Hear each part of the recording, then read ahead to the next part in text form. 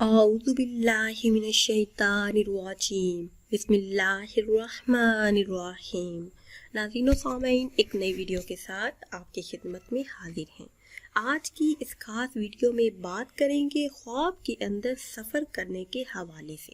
خواب کے اندر سفر کرنا، اگر صاحب خواب دیکھے کہ پیدل سفر کرتا ہے تو کاروبار میں کامیاب ہونے کی طرف اشارہ ہے۔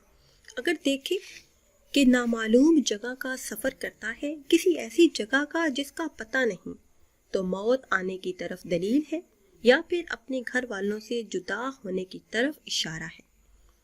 اگر صاحب خواب دیکھے کہ خواب کے اندر موٹر پر سفر کرتا ہے تو نفع یا نقصان برابر ہونے پر دلالت کرتا ہے۔